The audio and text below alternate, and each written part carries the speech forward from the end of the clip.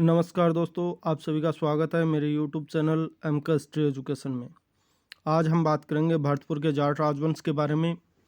राजपूताने की जो 19 रियासतें थी, उन 19 रियासतों में दो जाट राजवंश या जो दो जाटों की रियासत थी, एक थी भरतपुर और दूसरी थी धौलपुर। तो आज हम बात करेंगे भरतपुर जाट राजवंश के बारे में। तो आज का हमारा पहला प्रश्न है, भरतपुर जाट राजवंश के कुल देवता थे। तो भरतपुर जाट राजवंश के कुल देवता भगवान राम के छोटे भाई लक्ष्मण हैं, जबकि भरतपुर नाम भगवान राम के छोटे भाई भरत के नाम पर रखा गया। बढ़ते हैं अगले प्रश्न की ओर। भरतपुर के स्वतंत्र जाट राजवंश का संस्थापक माना जाता है। तो भरतपुर के स्वतंत्र जाट राजवंश का संस्थापक चूड़ामन को माना जाता है। चूड़ामन को माना जाता है। इनका शासनकाल 1695 से 1721 था। 1695 से 1721 था। इन्हें जाट राजवंश का संस्थापक माना जाता है।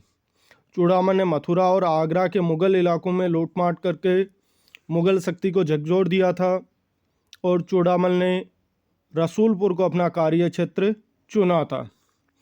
और चूड़ामन की गतिविधियों से जब मुगल परेशान हो गए तो औरंगजेब ने आमेर शासक बिशन सिंह को चूड़ामन का दमन करने के लिए भेजा था। इसके बाद हम देखते हैं कि 1707 में औरंगजेब की जब मृत्यु होती है, उस मृत्यु के बाद जजाऊ के युद्ध में आजम की जो पराजित सेना थी उसको भी चूड़ामन के द्वारा लूट लिया जाता है। और इससे मुग़ल बादशाह जो बहादुर शाह था, जिसका नाम था मुअज्जम, वो खुश होता है और 1500 जात और 500 सवार का मनसब प्रदान करता है। बढ़ते हैं अगले प्रश्न की ओर। भरतपुर के किस जाट शासक को जाटू का अफलातून कहा जाता है? तो महाराजा सूरजमल को जाटू का अफलातून कहा जाता है। इन्होंने लोहागढ़ दुर्ग का निर्माण करवाया था और ये बदन सिंह के पुत्र थे। बढ़ते हैं अगले प्रश्न की ओर।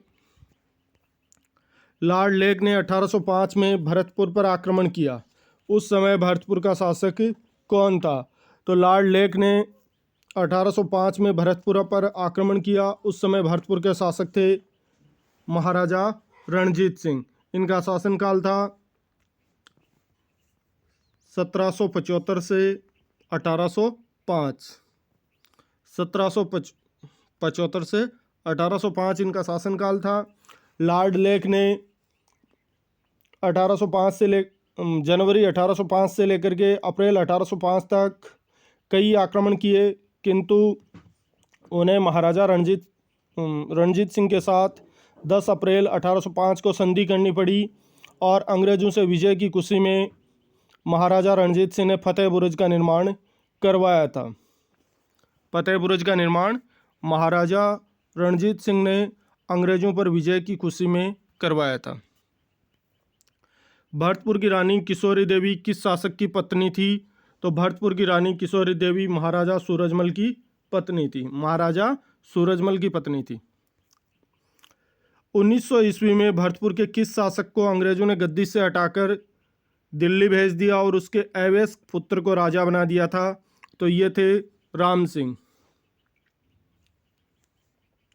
अंग्रेज़ों ने महाराजा राम सिंह को गद्दी से हटा दिया और उनके अल्पवयस्क पुत्र को गद्दी पर बैठा दिया, जिनका नाम था महाराजा किशन सिंह। महाराजा राम सिंह ने 1900 में माउंट आबू में अपने निजी सेवक की हत्या कर दी थी। इस वजह से उन्हें भरतपुर की गद्दी से हटा करके दिल्ली छावनी में भेज दिया गया था।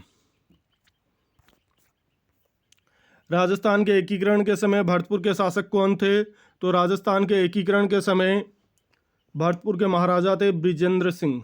बृजेंद्र सिंह ये 1929 में भरतपुर के शासक बने थे और इनकी उपाधि थी सवाई और बहादुर जंग। सवाई और बहादुर जंग। सवाई और बहादुर जंग जो उपाधि थी वो भरतपुर महाराजा बृजेंद्र सिंह की थी और इन्हीं के समय में भरतपुर रियासत का मत्स्य संघ में विलय किया गया था। बढ़ते हैं अगले प्रश्न की ओर। जाटों के किस नेता ने सिकंदरा में स्थित अकबर के मकबरे को खोदकर उसकी हड्डियां जला दी थी? तो ये थे राजा राम। राजा राम ने अकबर का जो मकबरा है जो कि सिकंदरा में स्थित है उसको खोद करके अकबर की हड्डियों को जला दिया था। अकबर की हड्डियों को जला दिया था। और ये समय था औरंगजेब के शासनकाल में। औरंगजेब के शासनकाल में ये घटना घटी थी 1685 में। इस घटना का समय है 1685। राजा राम ने सिकंदरा पर आक्रमण किया और अकबर के मकबरे से अकबर की जो हड्डियां थी वो निकाल करके जला दी थी। किस मुगल शासक ने चूड़ामन को राव की उपाधि दी और उसे बारामूला से सिकंदरा तक के शाही मार्ग से राहदारी यानी टैक्स वसूलने का अधिकार दिया था? तो ये था फर्रुखसियर। फर्रुखसियर ने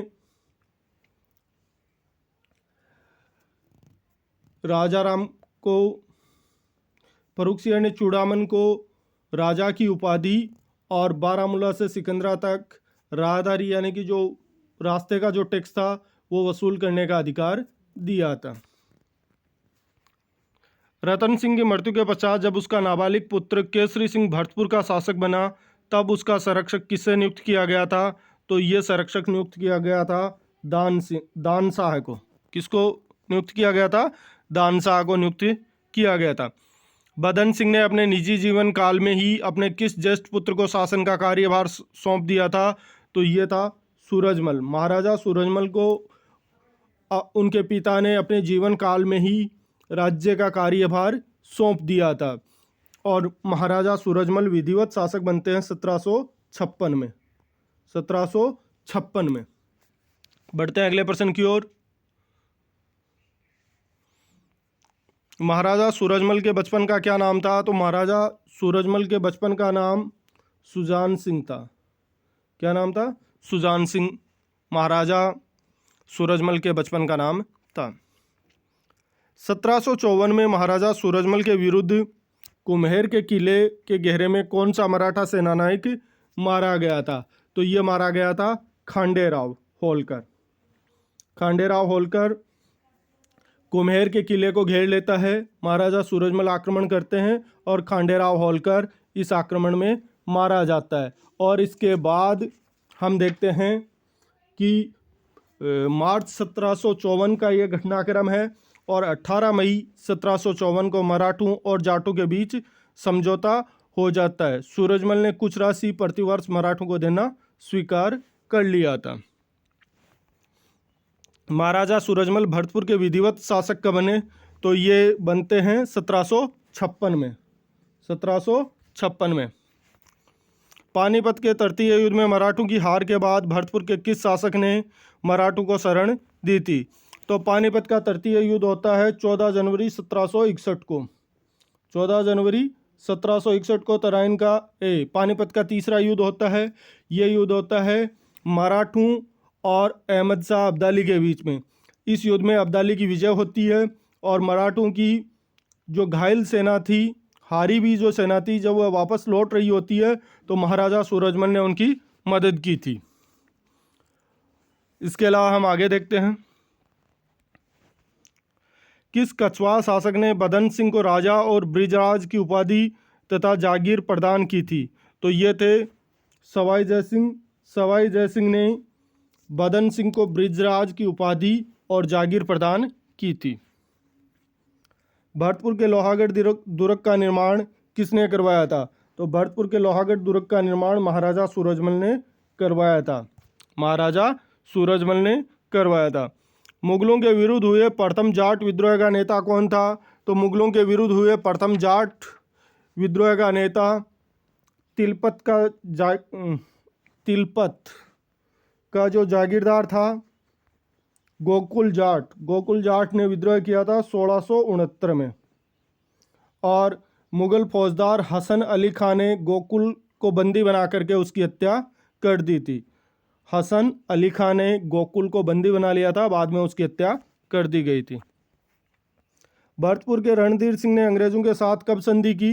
तो भरतपुर के महाराजा रणधीर सिंह ने अंग्रेजों के साथ संधि की है 1818 में। 1818 में। डिक्के जल महल का निर्माण किसने पूरा करवाया? तो डिक्के जल महल का पूर्ण निर्माण महाराजा सूरजमल ने करवाया था। महाराजा सूरजमल ने करवाया था। और इसके अलावा हम अगला प्रश्न देखते हैं। 1764 में दिल्ली के लाल किले पर आक्रमण कर वहां से अष्टधातु का दरवाजा लाकर भरतपुर के दुर्ग में किसने लगाया था? तो ये लगाया था महाराजा जवाहर सिंह ने।